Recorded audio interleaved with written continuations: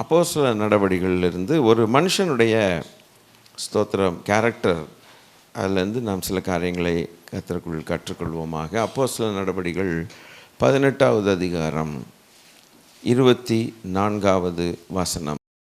அப்பொழுது அலெக்சாண்ட்ரியா பட்டணத்தில் பிறந்தவனும் சாதுரியவானும் வேதாகமங்களில் வல்லவனுமான அப்பல்லோ என்னும் பெயர் கொண்ட ஒரு யூதன் எபேசு பட்டணத்திற்கு வந்தான். அவ்வளோதான்.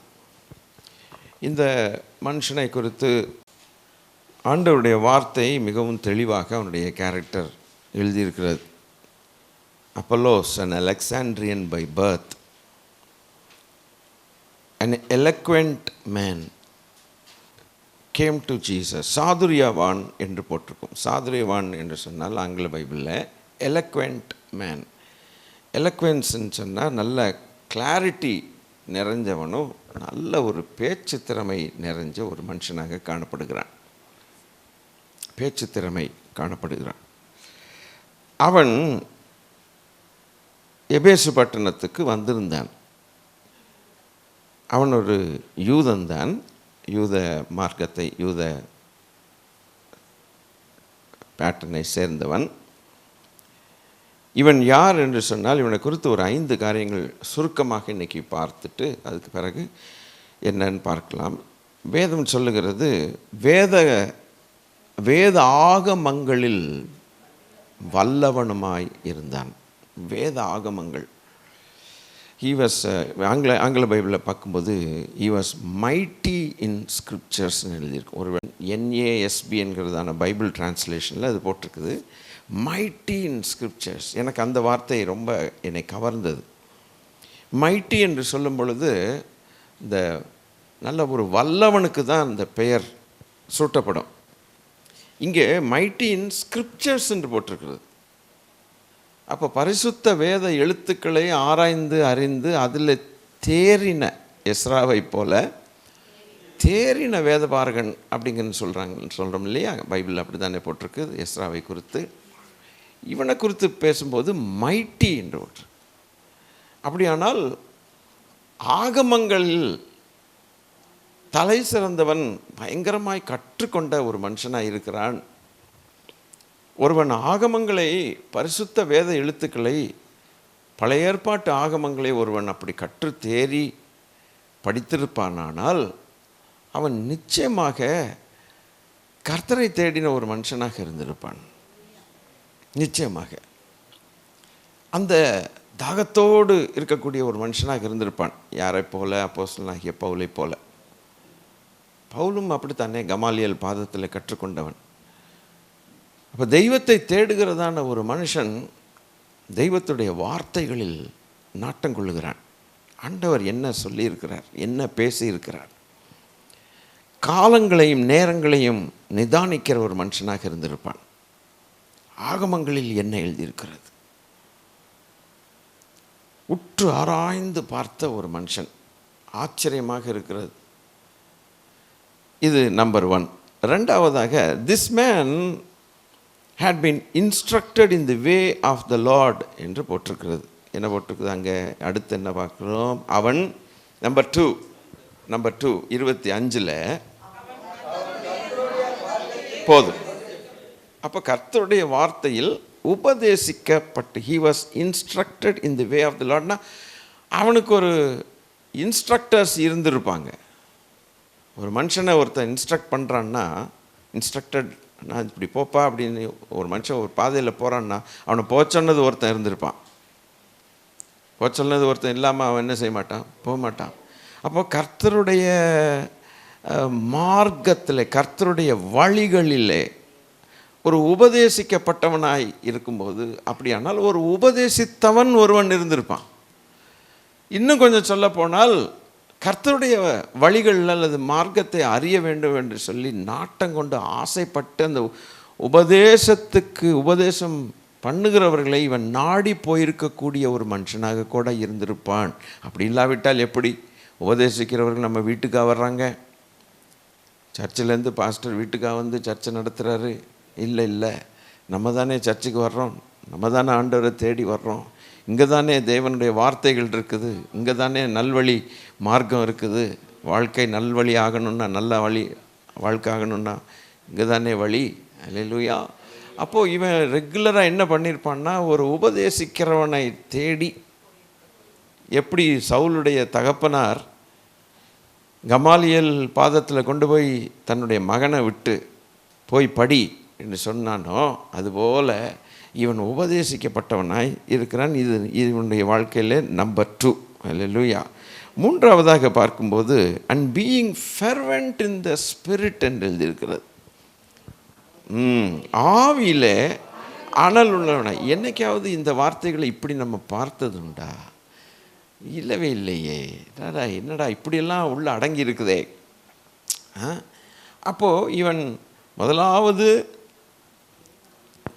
வல்லமை உள்ள சாதுரியமுள்ள ஒரு மனுஷனாக இருந்து வேதாகமங்களில் வல்லவன்.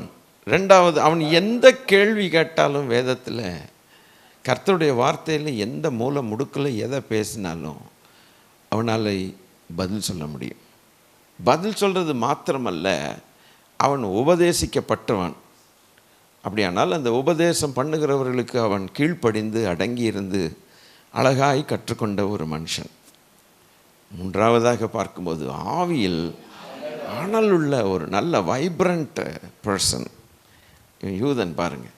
அப்போ யாராவது அவங்கள்ட்ட வந்து ஆண்டவரை குறித்து ஒரு வேளை சில காரியங்களை தெரிந்து கொள்ள அவனை கேள்விகள் கேட்டால், எங்கள் பாஸ்டரை போய் பாருன்னு சொல்லவே மாட்டான்.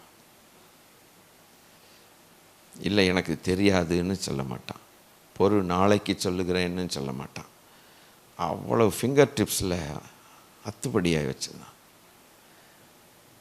ஆவியில் வேற அனலுள்ளவனாக இருந்தான். அவன் எப்படா ஆண்டவரை குறித்து 4 பேருக்கு நல்ல காரியங்களை சொல்லலாம், ஆண்டவர் நன்மைகளை சொல்லலான்ட்டு ஆவியில் பயங்கர உற்சாகம். சபையாருக்கு இது ஒரு பெரிய பாடமாக இருக்கட்டும்.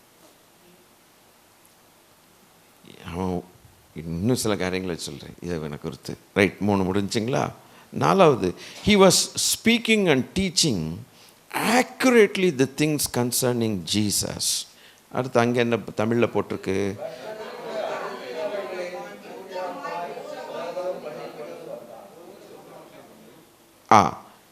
ஆவியில் அனலுன்னா வந்து கர்த்தருக்கு அடுத்தவைகளை திட்டமாய் போதகம் பண்ணி கொண்டு வந்தான். இந்த திட்டமாய் போதகம் பண்ணுதல் அப்படிங்கிற ஒரு தமிழ் வார்த்தைக்கு ஆங்கிலத்தில் என்ன இருக்குன்னாக்க, ஆக்யூரேட்லி ஹீ ஸ்போக். பிசகாமல் பேசினான். ஆண்டவருடைய மார்க்கத்தை கற்றுக்கொண்ட அந்த மனுஷன் அந்த ஆகமங்களில் படித்ததை தெளிவாய், தெய்வம் யார், அவர் எப்படிப்பட்டவர், அவர் மகா பரிசுத்தர், மகா நீதியுள்ளவர், மகா அன்புள்ளவர்னு சொல்லி அவருடைய வழிகளை அப்படியே கற்றுக்கொண்டு ஆண்டவரோடு கூட ஜெபம் பண்ணி ஒன்றோடு ஒன்றாகி தெளிவாய் பேசினானா, ஆக்யூரேட்லி.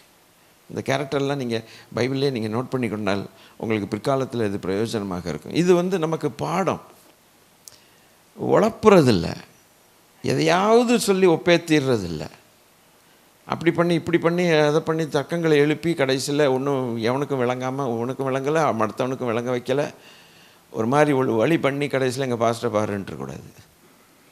அதல்ல, யாராவது அவன்கிட்ட வந்து கேட்டால் பக்காவாக பரலோகத்தின் தேவனை குறித்து தெளிவாய் திட்டமாய் ஆக்யூரேட்டாக. நீங்கள் இன்னும் போக போக ரொம்ப ஆச்சரியப்படுவீங்க. கர்த்தர் நல்லவர். அப்புறம் இது எத்தனாவது கேரக்டரு? Concerning Jesus. அதாவது he was teaching accurately the things concerning Jesus. இங்கே இங்கிலீஷ் பைபிளில் அங்கே கர்த்தர்னு எழுதியிருக்கும் தமிழில், ஆனால் இங்கே ஆண்டவரை குறித்து பேசியிருக்கிறான் ஜீசஸ். அப்படின்னா ஆகமங்களிலே எழுதப்பட்டிருக்கிறதான வெளிப்படுத்தப்பட்டதான ஆண்டவராகிய இயேசு கிறிஸ்துவை குறித்து அவன் தெளிவாய் பேசியிருக்கிறான். ரைட்டுங்களா? Being acquainted only with the baptism of John. அவனுக்கு அது அடுத்த பாயிண்ட் அல்ல, ஆனால் இங்கே பார்த்தீங்கன்னா அடுத்து வரும் பாருங்க, திட்டமாய் கர்த்தருடைய மார்க்கத்தில் உபதேசிக்கப்பட்டு யோவான் கொடுத்த ஸ்தானத்தை மாத்திரம் அறிந்தவனாய் இருந்தான். இவனுக்குள்ளே ஒரு சின்ன குறை, இவனுக்குள்ளே ஒரு சின்ன குறை இருக்கிறது. ஸ்தோத்திரம். இன்னும் ஒரு பாயிண்ட்டை பார்த்துட்டு அதுக்கப்புறம் இந்த குறையை குறித்து பேசுவோம். 5ஆவதாக பார்க்கும்போது 26 அவன் ஜெபாலயத்தில் தைரியமாய் பேசினான். போதும் தைரியமாய் பேசினான். ஏன்னா அவனுக்கு விஷயம் தெரியும், அவனுக்கு விஷயங்கள் நல்லா தெரியும். ஆகமங்களில் படித்தவன், பழைய ஏற்பாட்டு பரிசுத்தவான்களோடு சேர்ந்து உபதேசிக்கப்பட்டு அப்புறம் கர்த்தருடைய வழிகளை ஆவியிலே ஒரு நல்ல அனல் உள்ளவனாய் இருந்து தெளிவாய் ஆக்குரேட்டாய் கர்த்தரை குறித்து பேசி ஜெபாலயங்களிலே தைரியமாய் பேசின ஒரு மனுஷன். ஸோ 5 கேரக்டர் ஆயிடுச்சுங்களா? 5 கேரக்டர். இந்த 5 கேரக்டர் நம்ம பாராட்ட வேண்டிய கேரக்டர் தானா? அப்படியே அப்பா இதில் நம்மள அவ்வளவாக இல்லை, பாராட்டினாலும் அவனுக்குள்ள ஒரு சின்ன காரியம் என்னன்னா, யோவான் கொடுத்த ஸ்தானத்தை மாத்திரம் அறிந்தவனாய் இருந்தான் என்று எழுதியிருக்கிறது. அவனுக்கு அதுக்கு மேலே ஆண்டவரை குறித்து தெரியுது, ஆண்டவராக இயேசு கிறிஸ்துவை குறித்து தான நாலெட்ஜ் இருக்குது ஒழிய தெய்வத்தை குறித்து தான பயம் இருக்குது, தெய்வத்தை குறித்து தான அறிவு இருக்கிறது. பழைய ஏற்பாட்டு ஆகமங்களிலே ரொம்ப தேறினவனாக இருக்கிறான். ஒருவேளை எஸ்ராவை போல இருக்கலாமோ, எனக்கு தெரியாது. இவ்வளவு இருந்தும் கூட அவன் இன்னும் ஒரு படி வரல, ரட்சிப்புக்குள்ளாக அவன் வரல. அவன் யோவான் கொடுத்த ஸ்தானத்தை மாத்திரம்தான் அறிந்திருந்தான். இப்போ இந்த யோவான் கொடுத்த ஸ்தானத்தை ஏன் அப்படின்னு கேட்டாக்க, despite his knowledge in the Old Testament, அதாவது பழைய ஏற்பாட்டில் அவ்வளவு அறிவு அவனுக்கு இருந்தாலும் கூட Apollos did not fully understand the Christian truth. இயேசு ராஜாவே வழியும் சத்தியமும் ஜீவனும் இருக்கிறார், அவரால் அன்றி பரலோகத்துக்கு ஒருவனும் வர முடியாது, அவரே வழியும் சத்தியமும் ஜீவனும், அவரே நமக்கு பாவ மன்னிப்பை கொடுப்பதற்காக மார்க்கம் சிலுவையில் ரத்தம் சிந்தினார், அவர் மூலமாக அல்லாமல் பரலோகத்துக்கு வர முடியாது, அவரே நம்முடைய ரட்சிப்பும் ஞானமும் மீட்பும் நீதியும் பரிசுத்தமும் ஆனார் என்று தன்னுடைய ஆத்ம ரட்சிக்கப்பட்ட நிலைமைக்குள் அவன் இன்னும் வரவில்லை. அவன் யோவான் கொடுத்த ஸ்தானத்தை மாத்திரம்தான் அவன் அறிந்திருந்தான். அந்த யோவான் கொடுத்த ஸ்நானம் என்பது என்ன? John's baptism was to prepare Israel for the Messiah's arrival.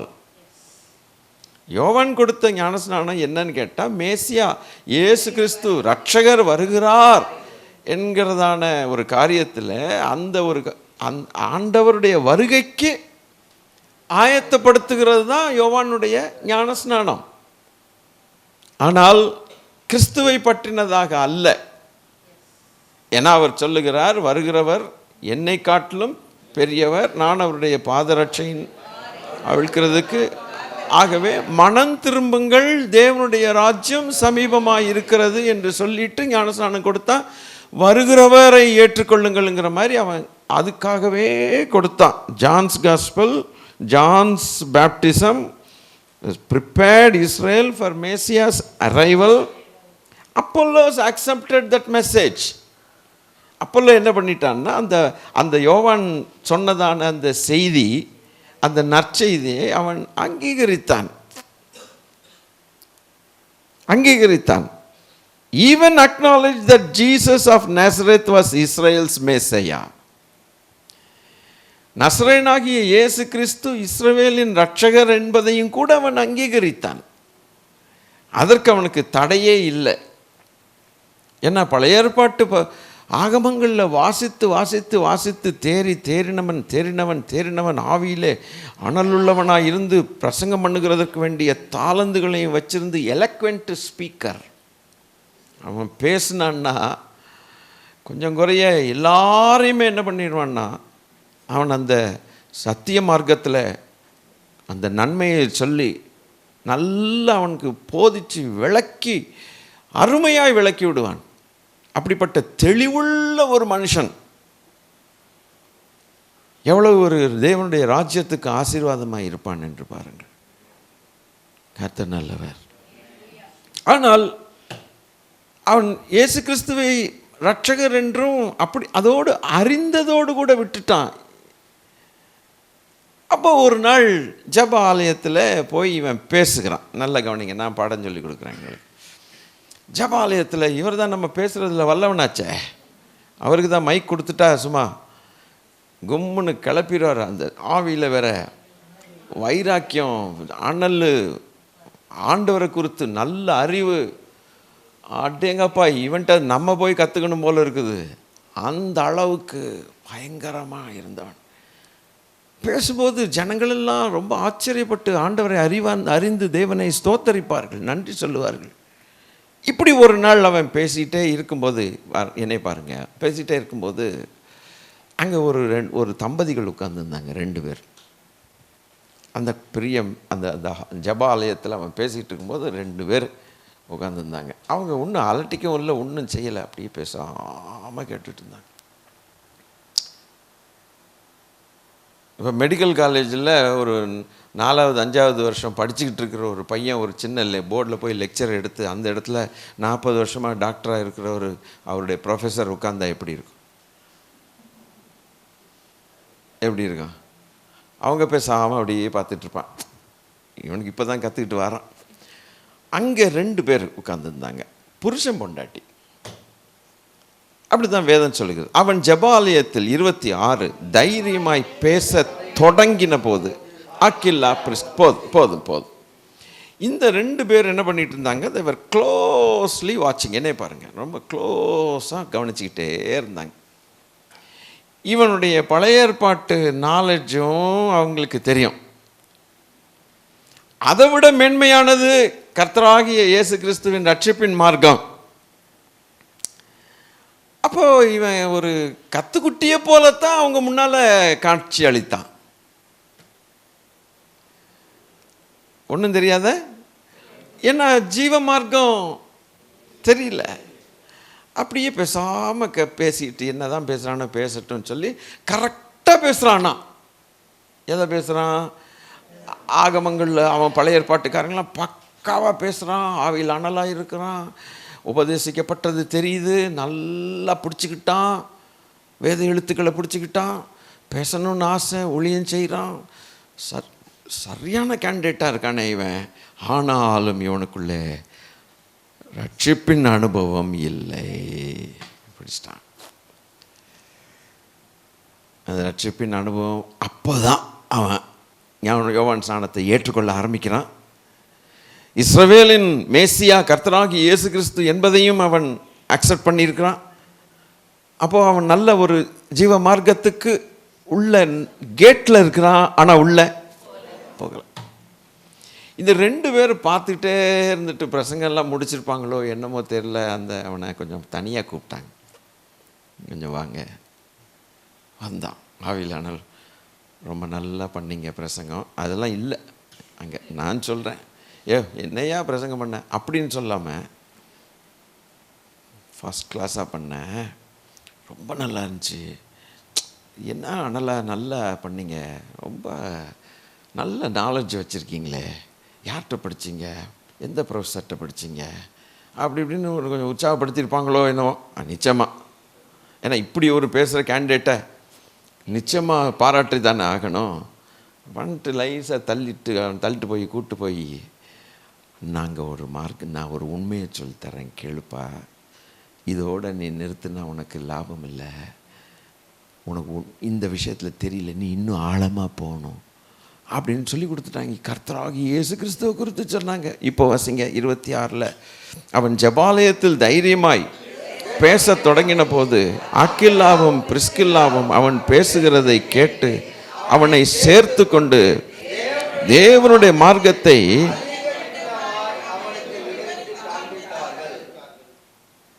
என்ன தோணுதுன்னு நீங்கள் ஒரு வார்த்தை சொல்லுங்க. 25 கடைசியில் வாசிங்க. ஆவியில் அனல் உள்ளவனாய்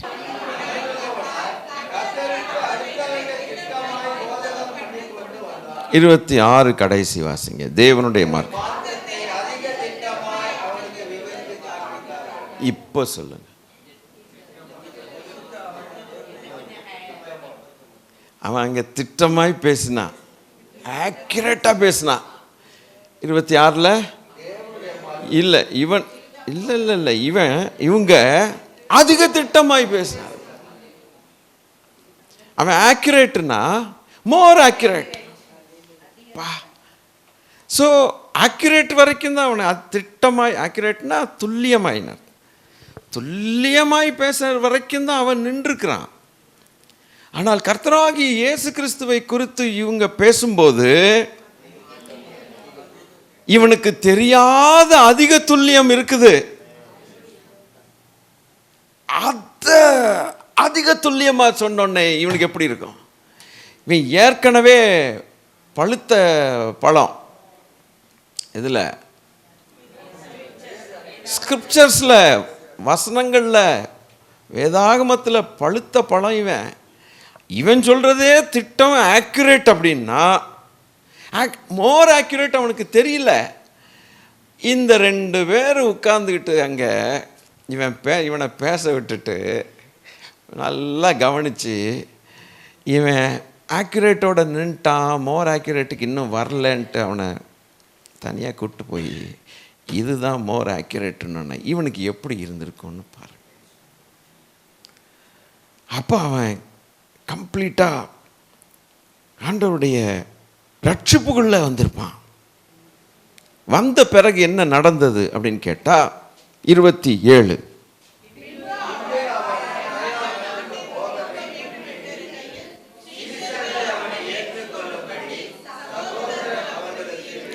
ஏன்னா இவன் வேற ஒரு பட்டணத்துக்கு போகிறான். இப்போ எங்கே போகிறான்? அகாயா அங்கிற நாட்டுக்கு போக வேண்டும் என்று சொன்னோன்னே இந்த சீஷர்களுக்கு யார் ரெக்கமெண்ட் பண்ணியிருப்பா? உடனே இந்த தம்பதிகள். ஏன்னா அவர் ரெடி பண்ணிட்டாங்க அவனை. இப்போ பேசுடா மகனே, நீ இதுவரைக்கும் பேசின நல்லா எங்கள்கிட்ட வந்து மாட்டிக்கிட்ட. ஆண்டவர் எங்களை அழகாக கொண்டு, அதாவது ஒரு பூரணப்படாத நிலைமையில் இருக்கும்போது ஒரு பூரணப்படுவதற்காக தேவன் அவனை நடத்தின விதத்தை பார்த்தீங்களா? விதத்தை பார்த்தீங்களா? நடத்தினார். ஆமாம், சில நேரங்களில் எங்கே இருக்கோம், எங்கே போகிறோம், எங்கே வர்றோம், வாழ்க்கையில் இதெல்லாம் நமக்கு சம்பவிக்குமான்னு நமக்கு ஒன்றும் தெரியாது. நமக்கே ஆச்சரியமாக இருக்கும்.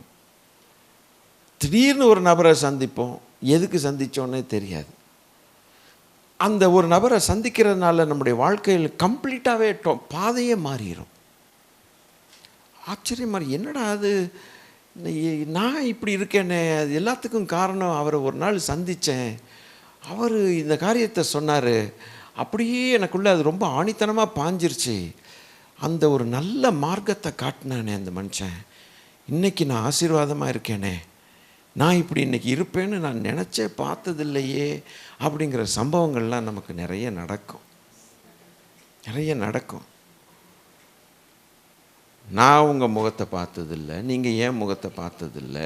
இப்படி ஒரு ஆண்டவர், நம்மெல்லாம் சேர்ந்து ஆண்டவருடைய வார்த்தைகளை தியானிப்போம். இந்த நேரத்தில் நம்ம இங்கே இருப்போம்ட்டு எவனுக்கு தெரியும்?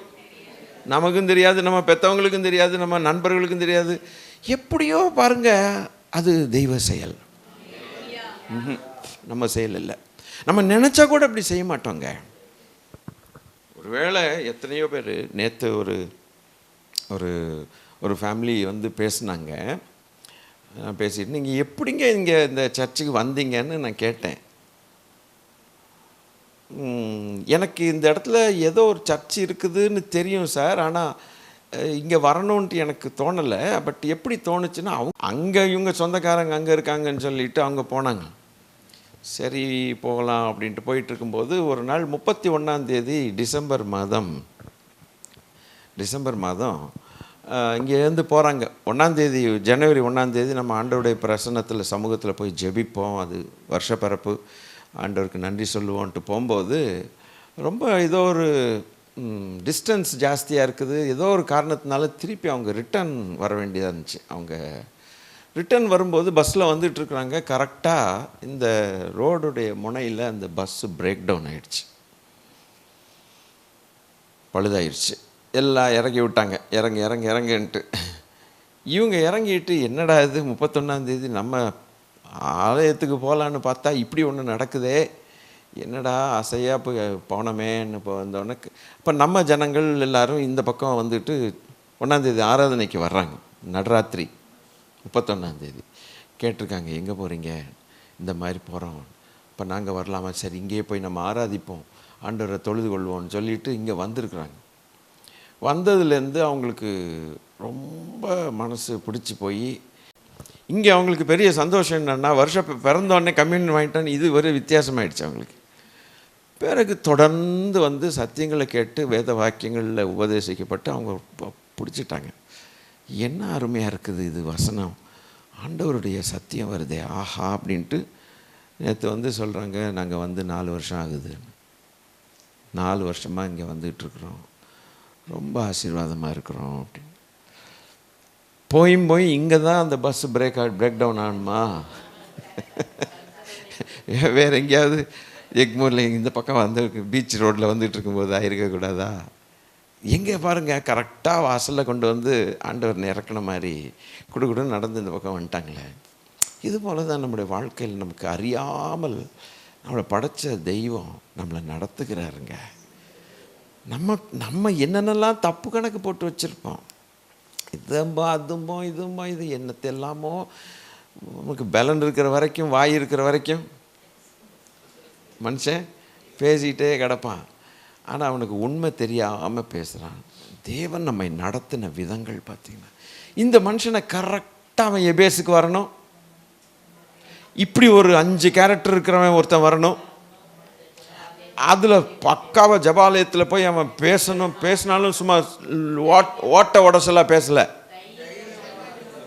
பயங்கர தைரியமாக கரெக்டாக ஆக்யூரேட்னா, ஒரு டெய்லர் இருக்கிறாருன்னா, நம்ம இன்றைக்கி சட்டைலாம் இப்படி ஜம்முன்னு போட்டிருக்கிறோன்னா நாம் அவரை பாராட்டணுங்க. ஏடா உடமாக கட் பண்ணி தச்சு விட்டார்னா என்னாகிறது நம்ம கதை? இப்படி இருக்கும். என்ன பண்ணுவீங்க? சட்டையை தூக்கி போட்டுரும். ஐயோ என்னையாக தைச்சிருக்க கேட்போம். நான் கரெக்டாக தைக்கிறாங்களா போட்டோன்னே சும்மா நமக்கு எவ்வளோ ஆனந்தமாக இருக்குது, கும்முன்னு இருக்குது. அப்படி என்ன கிழவனாக இருந்தாலும் அவன் மன்மதன் மாதிரி அப்படி நிற்கிறான். அவனுக்குள்ளே அவ்வளோ சந்தோஷம் வருது. அவர் பண்ணுறேன் கொடுத்தா இனிமேல் இந்த டெய்லர்கிட்ட தான் கொடுக்கணும்டா அப்படிங்கிற ஒரு ஆக்யூரேட்டாக செய்கிறாங்களே. அவன் ஆக்யூரேட்டாக பேசுனதில் எல்லோரும் அசந்துருப்பாங்க. இவ்வளவு தானா இருன்னு சொல்லி அங்கே 2 பேருக்கு சைலண்ட்டாக இருக்காங்க. இந்த மாதிரி மக்கள் நம்ம சபையில் இருந்தால் எப்படி இருக்கும்? நம்ம இவ்வளோ நேரமும் அந்த 5 கேரக்டர் நிறைஞ்ச அப்போல்லாம் மாதிரி இருக்கணும்னு நினச்சோம். ஒன்றொன்னா கேட்கும்போது உங்களுக்கு எப்படி இருந்துச்சு? நம்மெல்லாம் இப்படி இல்லையடா, இங்கே பாடுறா அப்படின்ட்டு நம்ம இருந்தோம். இப்போ எப்படி இருக்குதுன்னா, அப்படி இருந்தும் கூட அவன் மோர் அக்யூரேட்டாக வரல. அந்த 2 பேர் இப்போ அந்த 2 பேர் மாதிரி இருக்கணும்னு ஆசை வருதோ, இல்லை அப்போல மாதிரி இருக்கணும்னு ஆசை வருதா? அவ்வளோ எலக்வெண்ட். ஒருவேளை பிரிசில்லா அண்ட் ஆக்வில்லா இவங்க 2 பேரும் எலக்வெண்ட் ஸ்பீக்கர்ஸாக இருந்திருக்க மாட்டாங்க. என்ன எலக்வெண்ட் ஸ்பீக்கர்ஸ்னால், இவனை போல சாதுரியமாக பேசுகிற ஒரு கிருபை அவங்களுக்கு இருந்திருக்காது. ஆனால் அவங்களுக்கு மோர் ஆக்யூரேட்டு மார்க்கம் தெரியுது. இவ்வளவு ஆக்யூரேட்டாக போல்டு வேற, ஆவியில் அனல் வேற, தைரியம் வேற. இவனுக்கு இருக்குதா தைரியம்? அவர் ஒரு காரியத்தை தைரியமாக பேசணுன்னா அந்த காரியத்தின் மேலே உறுதி எவ்வளவு நிச்சயமாக இருந்திருந்தால் பேசலாம். 2 × 2 = 4ன்னு தைரியமாக பேச முடியுமா? பேச முடியாதா ஐயா? 2ஓட 2 கூட்டினா 4ன்னு பேச முடியுமா? பேச முடியாதா? எனக்கு அதில் நம்பிக்கை இல்லைன்னா நான் எப்படி பேசுறது? ஒரு காரியத்தை பிளேன் ஓட்டுறான், ஏர்பிளேன் ஓட்டுற பைலட்ஸ் இருக்கிறாங்க. அவங்களுக்கு அந்த காரியங்களெல்லாம் எவ்வளவு தைரியமாக தெரிஞ்சிருந்தால் 40,000 அடிக்கு மேலே கொண்டு போகிறாங்க. கொண்டு போய் 900 km/h ஸ்பீடில் போகுது அந்த பிளேன்.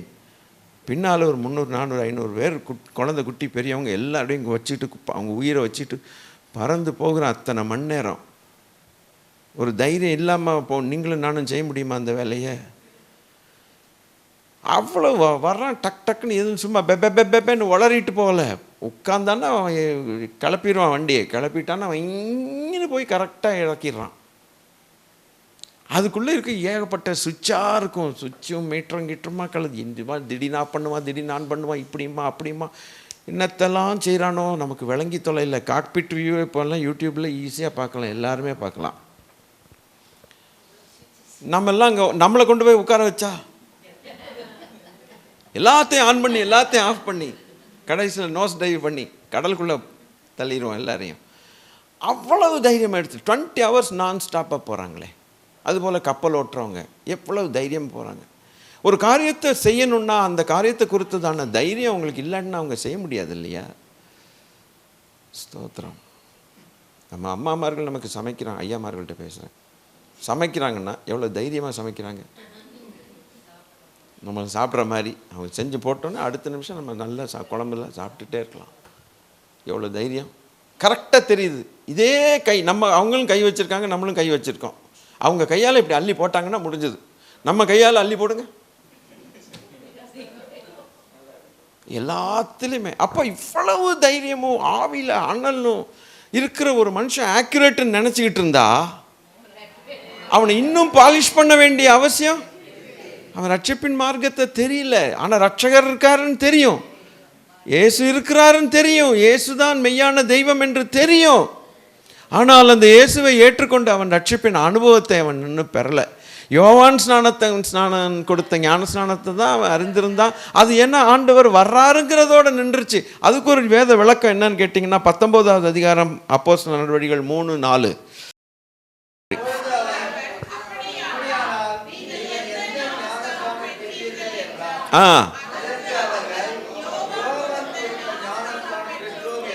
சரிங்க.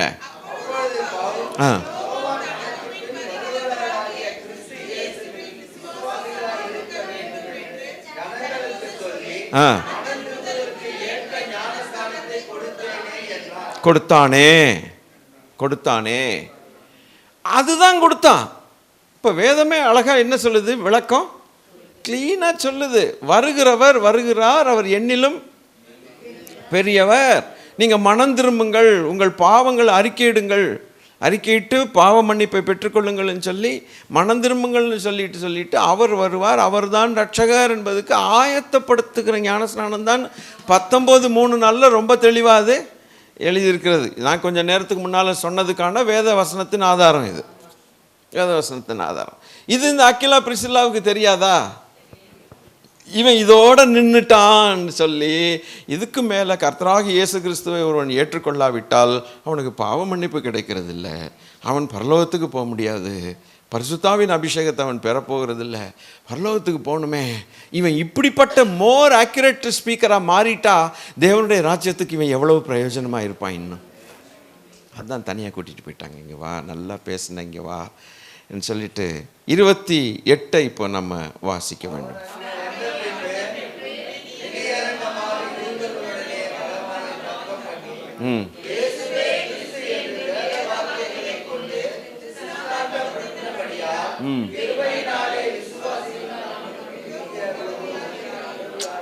இதுதாங்க மோர் ஆக்யூரேட் ஆனதுக்கப்புறம் அவன் நடந்த ரிசல்ட்டு. அல்லேலூயா. அவன் அங்கே வந்தபோது எங்கே வந்திருக்கிறான்னா இப்போ எப்படிப்பட்டவனாக வர்றான்னா மோர் ஆக்யூரேட்டை தெரிஞ்சுக்கிட்டு யூதர்களுடனே ஏற்கனவே ஆவியில் அனல், அதில் வேற தைரியம், இப்போ வேற மோர் ஆக்யூரேட்டு. ஏற்கனவே ஐயா எப்படி ஆவியில் அனல், அடுத்து தைரியமாக என்ன செய்கிறான், நிச்சயமாக பேசுகிறான், துல்லியமாக பேசுனான். இப்போ அதிக துல்லியமா பலமாய் இப்போ இவன் எல்லாரையும் மிஞ்சிடுவான் போல இருக்க, எல்லாரையும் மிஞ்சிட்டு திருஷ்டாந்தங்களோடு யூதர்களுடனே பலமாய், சும்மா பேசி இல்லை, வாக்குவாதம் பண்ணி தர்க்கம் பண்ணி, இது வேற சாதுரியமாக பேசுகிற மனுஷன் வேற, என்னது எலக்வென்ட் ஸ்பீக்கர் வேற. என் வாயை திறந்தா கட கட கட கட கட கட கட கட கட கடன்னு வார்த்தை வருமாக்கும். இவனை என்னதான் இப்போ சொல்லி புகழன்னு தெரியல, வாயை திறந்தா அப்படி வார்த்தை வருது. ஆவியில் அனல் உள்ளவன், தைரியமுள்ளவன், துல்லியமுள்ளவன், அதிக துல்லியமுள்ளவன். அதான் சொல்லியாச்சு சாதுரியம். அதிக துல்லியமுள்ளவன். அதுக்கப்புறம் பலமாய் இப்போ பேசி அதோடு தக்க வேற பண்ணி கிறிஸ்துதான் தெய்வம், இயேசுவே கிறிஸ்து என்று வேத வாக்கியங்களை கொண்டு, சும்மா உழப்பல ஏசு உனக்கு இது தருவார், அது தருவார், நன்மை தருவார், கின்மை தருவார், இப்படி பேசுறது இல்லை. சத்திய வேத எழுத்துக்களை காட்டி, இதோ பார், இதோ பார், இதோ பார், இதோ பார், இந்த வசனத்தை பார், அந்த வசனத்தை பார், இதோ பார்.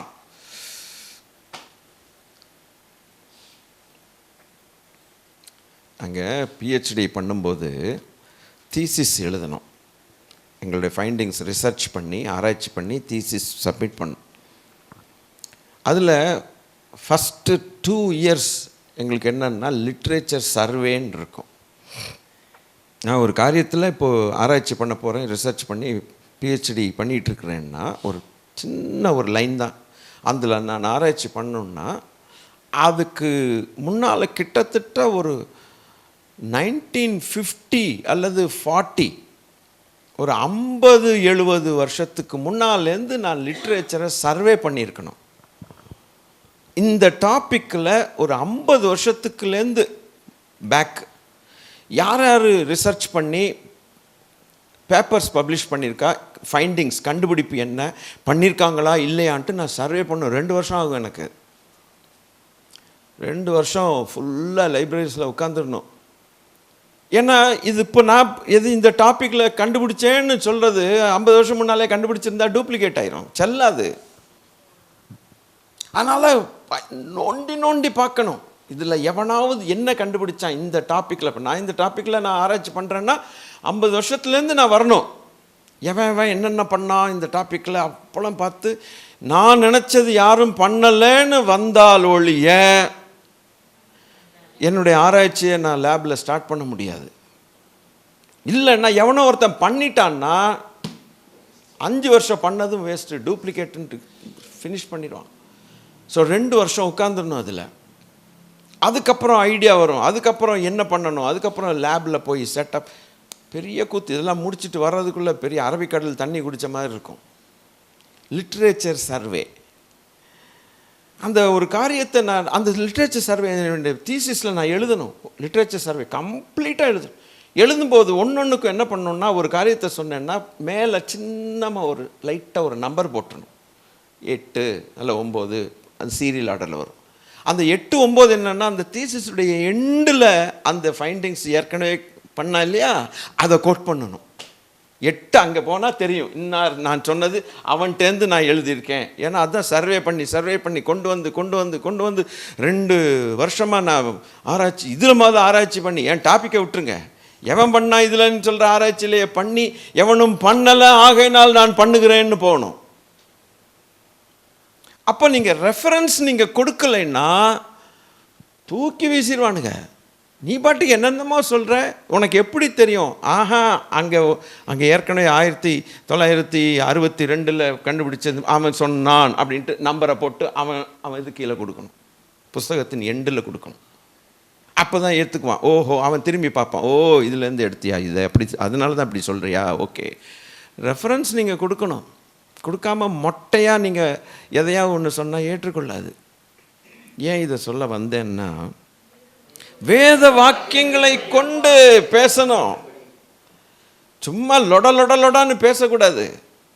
அப்போ வேத வாக்கியங்களை கொண்டு பேசணுன்னா வேத வாக்கியங்கள் நமக்கு தெரிஞ்சிருக்கணும். தெரிஞ்சிருக்கிறது மாத்திரமல்ல, துல்லியமாக தெரிஞ்சிருக்கணும். அவ்வளவு ஹார்ட் ஒர்க் பண்ணி அவன் தெய்வத்தை குறித்து தான் அறிந்து எந்த அளவுக்கு அவன் ரெஃபர் பண்ணி கடைசியில் ஜீவ மார்க்கத்துக்குள்ளே வந்து ரட்சிக்கப்பட்டு இயேசுராஜாவை ஏற்றுக்கொண்டு கர்த்தரை ஏற்றுக்கொண்டு, அப்போ எவ்வளோ நேரம் ஆச்சு அவனுக்கு ஜீவ மார்க்கத்தை கண்டுபிடிக்கிறதுக்கு.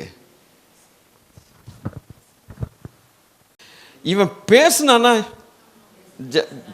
ஜபாலயத்தில் பேசினானா, அவனை வான்னு சொல்லி தள்ளிட்டு கூப்பிட்டு போனாங்களா? கூப்பிட்டு போயிட்டு ஜீவ மார்க்கத்தை கற்றுக் கொடுத்தான்.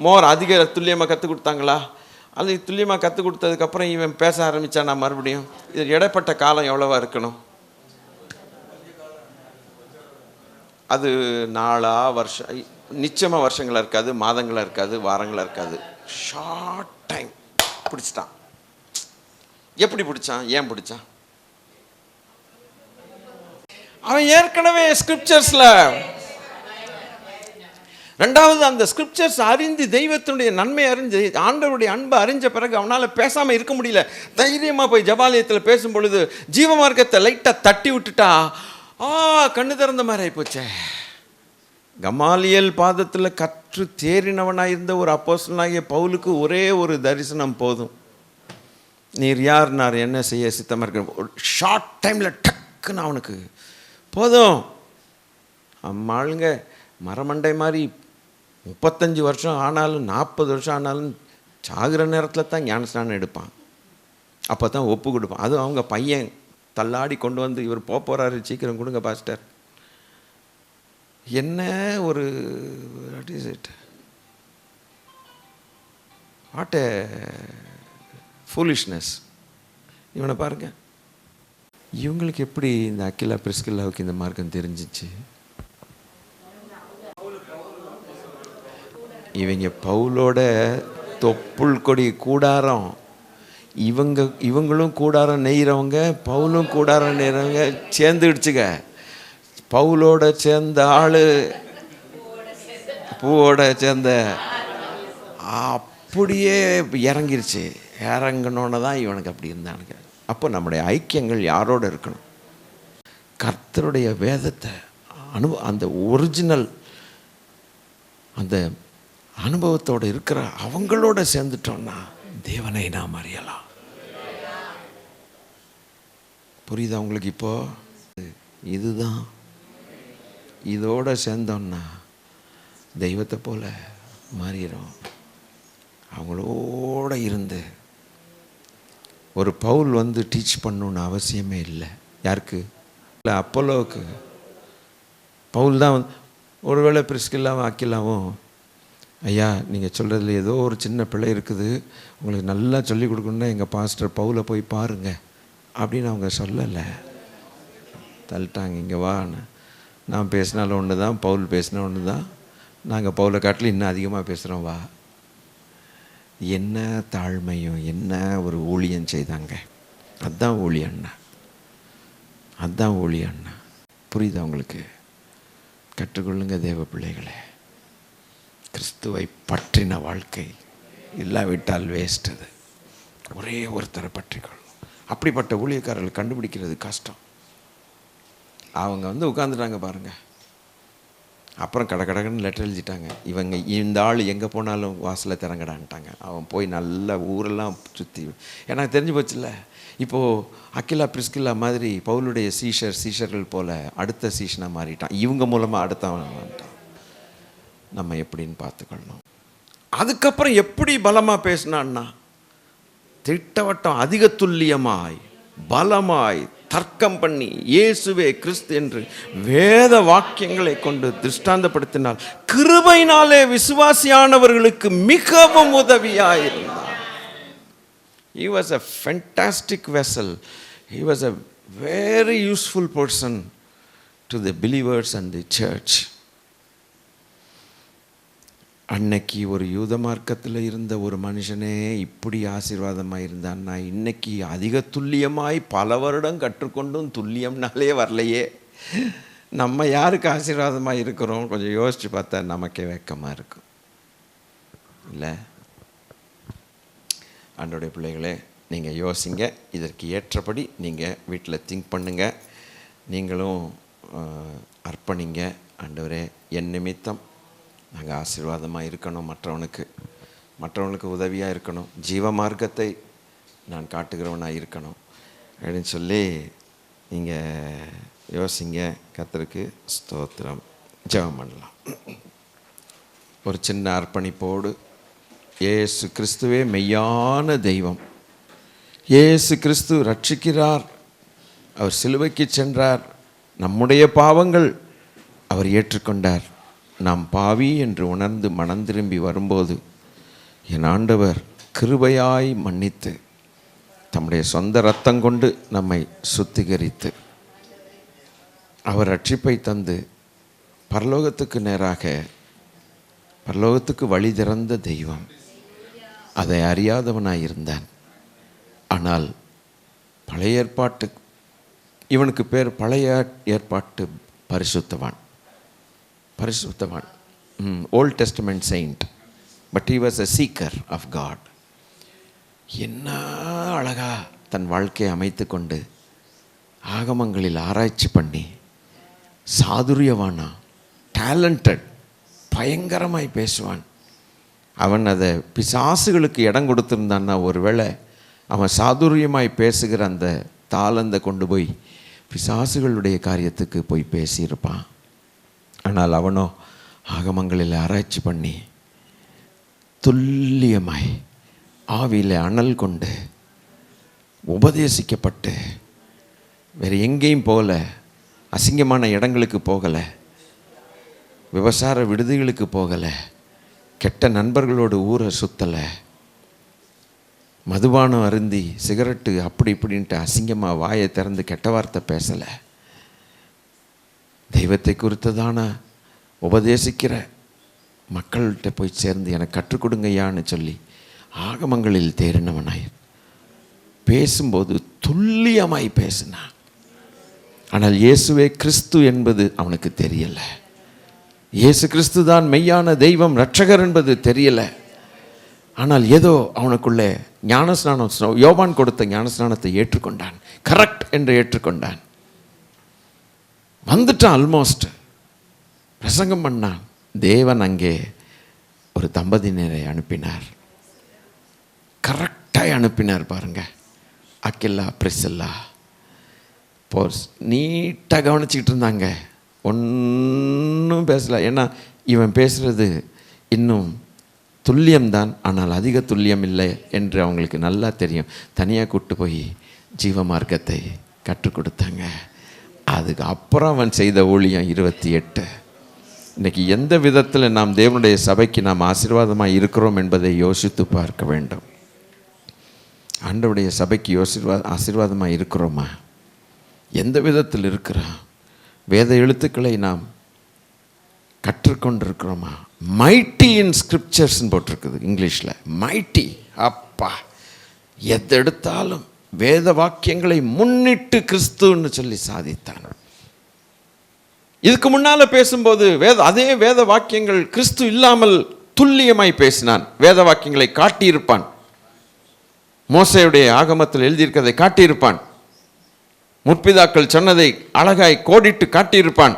ஆனால் கிறிஸ்துவை குறித்து பேசின பொழுதோ இயேசுவே கிறிஸ்து என்பதை அதிலையும் வேத வாக்கியங்களை கொண்டுதான் சாதித்து தர்க்கம் பண்ணி பலமாய் ரூபித்து நிரூபித்தான். விசுவாசிகள், கிருபையினாலே விசுவாசிகள் ஆனவர்களுக்கு மிகவும் பிரயோஜனமாக இருந்தான். காலை வேளையில் இது எவ்வளவு பெரிய பாடம். நீங்களும் நானும் என்ன செய்யலாம்? இந்த மனுஷன் இப்படி இருந்தால் எங்களை கொண்டு தேவரீர் நீர் என்ன ஆண்டவரை செய்ய சித்தமாக இருக்கிறீர்? கர்த்தர் செய்வார். ஆனால் நான் ஆயத்தமா? வேத எழுத்துக்கள் ஒன்று நமக்கு ஒழுங்காக தெரியுமா? தெரியுதா? எடுத்து காட்டி சொல்ல முடியுதா? இல்லை எதுக்கெடுத்தாலும் பாஸ்டரை போய் பாருன்னு சொல்ல தெரியுதா? யோசித்து பாருங்கள் தேவ பிள்ளைகளே. கொஞ்சம் நமக்கு வெட்கமும் உண்டாகும்.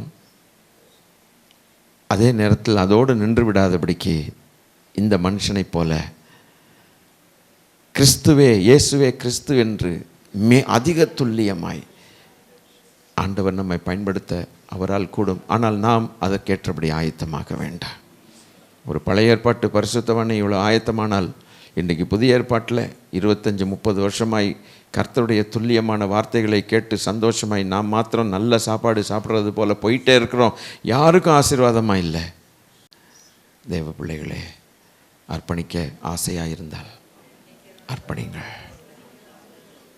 என்ன அழகாய் கர்த்தர் நடுவிலேருந்து பேசினார் பார்த்தீங்களா? அலெக்சாண்ட்ரியா பட்டணத்தான் ஒரு யூதன் இப்படி ஒருவன் இருந்திருப்பானால், இன்றைக்கி என்னை கொண்டு தேவன் செய்ய வேண்டிய காரியங்களை செய்யும்படிக்கு அவர் ஆயத்தமாக இருக்கிறார். ஆனால் தடை நான் தான். எனக்கு ஒரு வேத வசனம் தெரியலையே, உட்கார்ந்து படிக்க வேண்டிய நேரத்தை விட்டு விட்டேனே, வீணாக்கிட்டேனே, எப்படி மற்றவர்கள் கேட்பார்களே, ஜீவ மார்க்கத்தை எங்களுக்கு தெரிவிங்கள் என்று கேட்கிற மக்கள் அநேகர் உண்டு. யாருக்கு சொல்லி கொடுத்தோம்? எங்கள் பாஸ்டரை பாருன்னு சொல்லி கொடுத்தோம், அவ்வளவுதான். அவ்வளவுதானா? இல்லை, இந்த அப்பல்லோவை போல அழகாய் பிரயோஜனப்பட்டு அநேகர் பரலோகத்துக்கு வர்றதுக்கு நாம் ஒரு கருவியாக இருக்கிறோமா?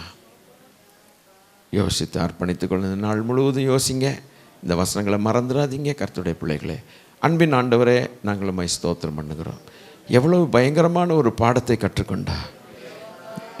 இவங்களுக்கு முன்னால் நாங்கள் நிற்க முடியுமாங்கிறது எங்களுக்கு ஒரு பெரிய கேள்விக்குறியாக இருக்குதுப்பா. நல்ல பிதாவே, உமக்கு ஸ்தோத்திரம். இந்த அருமையான காலை வேளையிலே தகப்பனே, இந்த வாக்கியங்களை தியானம் பண்ண எங்களுக்கு கர்த்தர் நீங்கள் பெரிய கிருபை பாராட்டி, பெரிய கிருபை, பெரிய பாடங்கள் கர்த்தர் மகிமைப்பட்டீங்க. எங்களையும் அதுபோலவே தகப்பனே பிரயோஜனப்படுத்துங்க, ஆசீர்வதிங்க. எங்கள் ஆண்டவர் இயேசு கிறிஸ்துவின் நாமத்தில் கேட்கிறோம் எங்கள் நல்ல பிதாவே, ஆமென். என் ஆத்துமாவே முழு உள்ளமையுடைய பரிசுத்த நாமத்தை ஸ்தோத்திரி. என் ஆத்துமாவே கர்த்தரை ஸ்தோத்திரி. அவர் செய்த சகல உபகாரங்களையும் மறவாதே. ஆமென். கர்த்தர் உங்களை ஆசீர்வதிப்பாராக. God bless you. போயிட்டு வாங்க. God plus.